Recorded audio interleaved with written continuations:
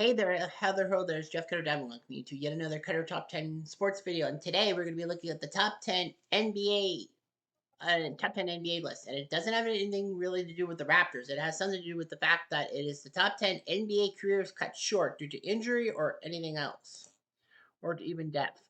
There were some good ones. Ralph Sampson, Brad Doherty, and Tracy McGrady and Larry Bird were actually cut short. Although, you know, you kind of got a lot of action, all that. So, these are guys who were active in the NBA when their careers kind of ended. So people like Pete Maravich actually missed the list because they were not in the NBA at the time after their death and all that. And speaking of death, let's talk about someone who died in his NBA career. Number 10 is Reggie Lewis. I know you'd be thinking Kobe's on this list, but Kobe retired in 2016 and then died 4 years later. Anyway, Reggie Lewis is one of the biggest careers cut short. Reggie Lewis came from Northeastern, was drafted in 1987 by the Boston Celtics, so he didn't have to go far because Northeastern was in Massachusetts. He helped out. He became the captain of the Celtics once Larry Bird went down to injury and all that. So Reggie Lewis was okay. In 1993, he actually had a fall in the first few games against the Charlotte Hornets in the first round and basically was out for the rest of that series. And then Reggie Lewis decided to clean himself up and, try to train and be back for the Celtics in 93 94. However, Reggie Lewis did pass away due to as a heart attack from after a basketball drill thing at Brandeis in July of 1993. They did do a autopsy. Although his heart was higher and all that, and a lot of people thought it was drug use, it wasn't. It was just his heart was bigger than everyone else's, and he had cardiomyopathy or whatever they want to call it. Lewis's number 35 would be retired by the Boston Celtics, showing how good he was. Everyone. Number 9 is Brendan Roy. He was a pretty good player for the Portland Trailblazers, a three-time All-Star from the University of Washington. He was polished. He was a clutch scorer. He was basically the Portland clutch scorer before Damian Lillard came into the league. Unfortunately, chronic knee problems forced him into early retirement, and Portland thought they had their guy. After all, Portland was always snake bit. I mean, there's another guy on this. There are two more guys on this list who played for Portland primarily in their careers and actually ruined them. Well, two and a half, if you will. But then, the whole thing with not drafting MJ and drafting Sam Bowie, who would have problems with his injuries, with the chronic foot problems so bad they were only found in male ballerinas. Truth be told, that's what they said. But yeah, Portland was nipped in the butt. But thankfully, Damian Lillard helped out when he was with Portland and all that. Number 8 is a cautionary tale by the name of Murray Stokes. People forget about him in NBA history. Murray Stokes was a great rebounder, a playmaker in the stars of the 1950s, but then he fell down when he was trying to get a rebound. He fell and hit his head on the court. It was massive. He only spent 3 seasons in the NBA, but he was an icon. He would have been amazing and all that. But Maurice Stokes ended up dying. No, he was actually living, but his brain damage was so much he couldn't do much by himself. So Jack Twyman, who played for Cincinnati and was his teammate, would be his legal caretaker and would take care of Maurice Stokes until he died, 15 years later? And that's why there's an NBA award called the Twyman Stokes Award for Teammate of the Year. And Jack Twyman did a great job working for Murray Stokes and all that. Number 7 is Grant Hill. He looked pretty good coming out of Duke. He was an icon for Duke, helping them win back-to-back NCAA titles. And then he was part of that 94 team that almost won a title, but Arkansas stood in his way. So, but anyway, Grant Hill was drafted from Duke by the Detroit Pistons, and it worked. He was great for the Pistons. He shared the Rookie of the Year with Jason Kidd. But Grant Hill was on his way up.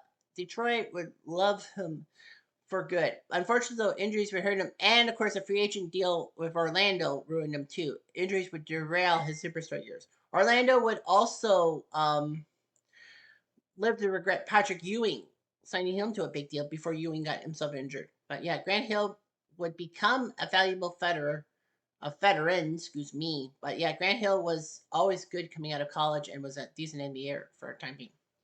Number 6 is Derrick Rose. Derrick Rose would have been higher up on this list, but he technically did have a renaissance, if you will.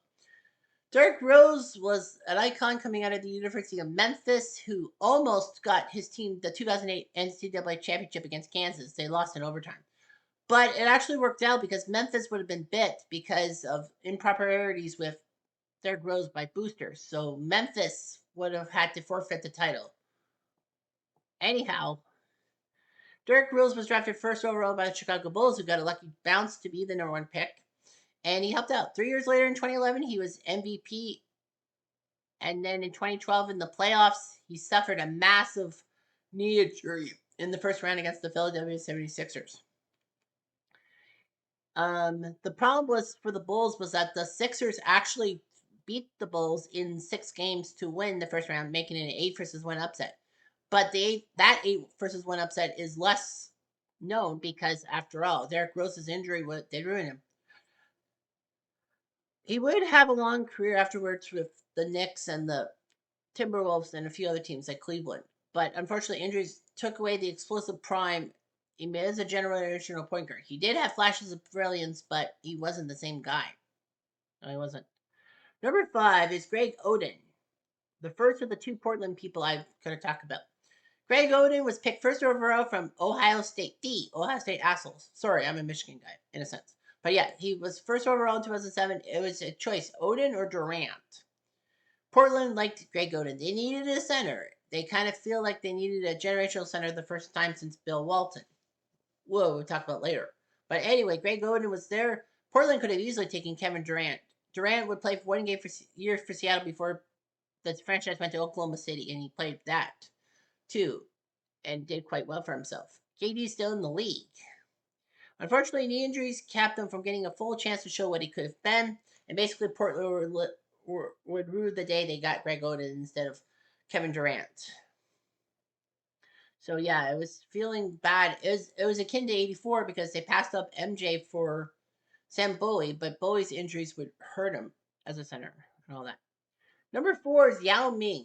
Yao Ming was a trailblazer, being the first Asian player to be drafted first overall in the draft in 2002 as the Rockets managed to get him. They needed a center in the vein of Hakeem Olajuwon and Ralph Sampson. But anyway, Yao Ming was there in China. Of course, high fives, awkward high fives notwithstanding. Yao Ming was great. He was 7'6" center who was a product of the Chinese sports science thing. And unfortunately, though, being 7'6", you were prone to having foot and leg injuries because guess what? You know, that was just terrible and all that.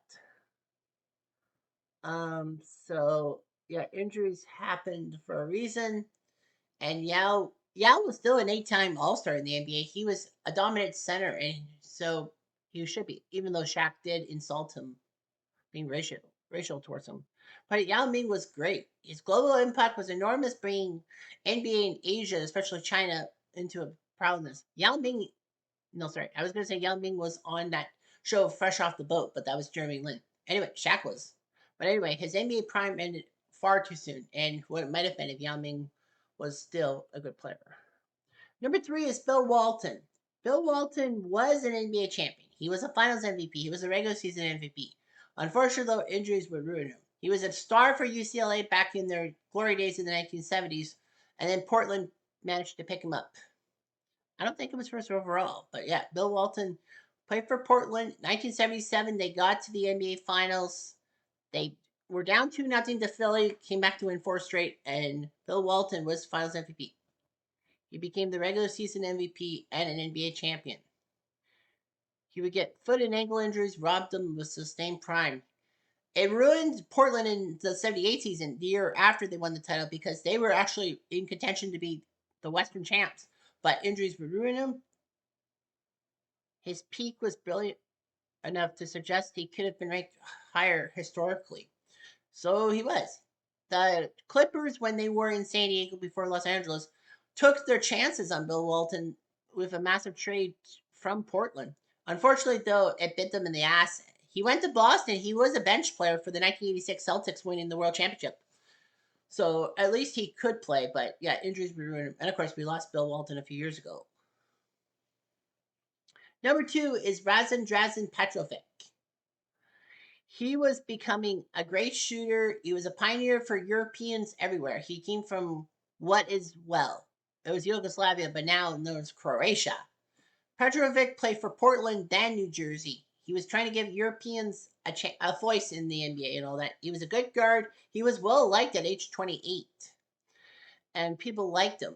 You know, he was helping the Nets become good. They got to the playoffs, but lost in the first round. But anyway, he had a great peak with the Nets. He had a great legacy, and he was going to give Europeans some hope. Although we would see Tony Kukoc and Marciunas, among others. But yeah, Petrovic was huge. Unfortunately, though, he died in a car accident in Germany while trying to visit friends. He died at age 28, and it was just terrible. The Nets unofficially have retired his number 3. I think they retired his number 3. But yeah, Drazen Petrovic was going to help the European community out. Community. What am I thinking? And finally, numero uno is Len Bias. Everyone should know about Len Bias. He was this great guy from Maryland who gave Michael Jordan and North Carolina fits in the ACC. And, you know, everyone thought he was going to be good. He could have been picked first overall in 1986, but the Cleveland Cavaliers, after picking up the pick from Philly, would take Brad Daugherty, a center from North Carolina. Daugherty would be okay. He wouldn't be super good. But anyway, Boston, who had the second pick because of a trade with, Frank, who did they have to trade with? They had some kind of trade with, I think, Indiana or something in 1986, and they had the number 2 pick despite being the world champs. Yeah, they had to have, yeah, it was some kind of trade. Ended up having number 2 and took Len Bias. Boston's like, well, if Cleveland doesn't want Len Bias, we'll take Len Bias. So they did, and they were hoping Len Bias would help them in their drive at post 86. You know, Bird was still around, McHale and Parrish, but I mean, you couldn't trust too many other players. Bill Walton was falling flat. Dennis Johnson was okay. Greg Kite wasn't really much. But anyway, Len Bias was going to be an ambassador and all that. However, 48, not just, well, not even 48 hours after he was drafted by those Celtics, he was partying with his friends at a Maryland dormitory and tried cocaine, and unfortunately, Len Bias overdosed. And that ruined Len Bias's career because Len Bias obviously was going to be a superstar, and who knows how good Boston would have been. Yes, they made the 1987 NBA final, but it was their last super hurrah for 2 decades. What might have been if Boston had it? Would they have used Reggie Lewis? They probably might have taken Reggie Lewis still. But yeah, it was just terrible for Len Bias. And basically, the cocaine epidemic, if you will, hit hard. And basically, low income blacks were prejudiced against and all that for the cocaine and all that and the drugs and all that. It ruined Maryland too because Lefty Driesell had to leave the University of Maryland as head coach because of all the cocaine problems within the team. So that just bit and all that. And yeah, Len Bias probably would have been great. I mean, a lot of people also think about Hank Gathers, but Hank Gathers didn't even make the NBA draft because he died in March 1990 before the season ended. So what might have been for Hank Gathers and what might have been for a lot of people. But anyway, yeah, Len Bias's death was just huge. I mean, UCLA's Don Rogers, who was drafted by the Cleveland Browns, who went to the Cleveland Browns, also had a cocaine thing. And basically, athletes dying by cocaine use, drug use was just terrible and all that. And people overreacted. Just saying. Anyway, I'm Jeff Diamond at Duke.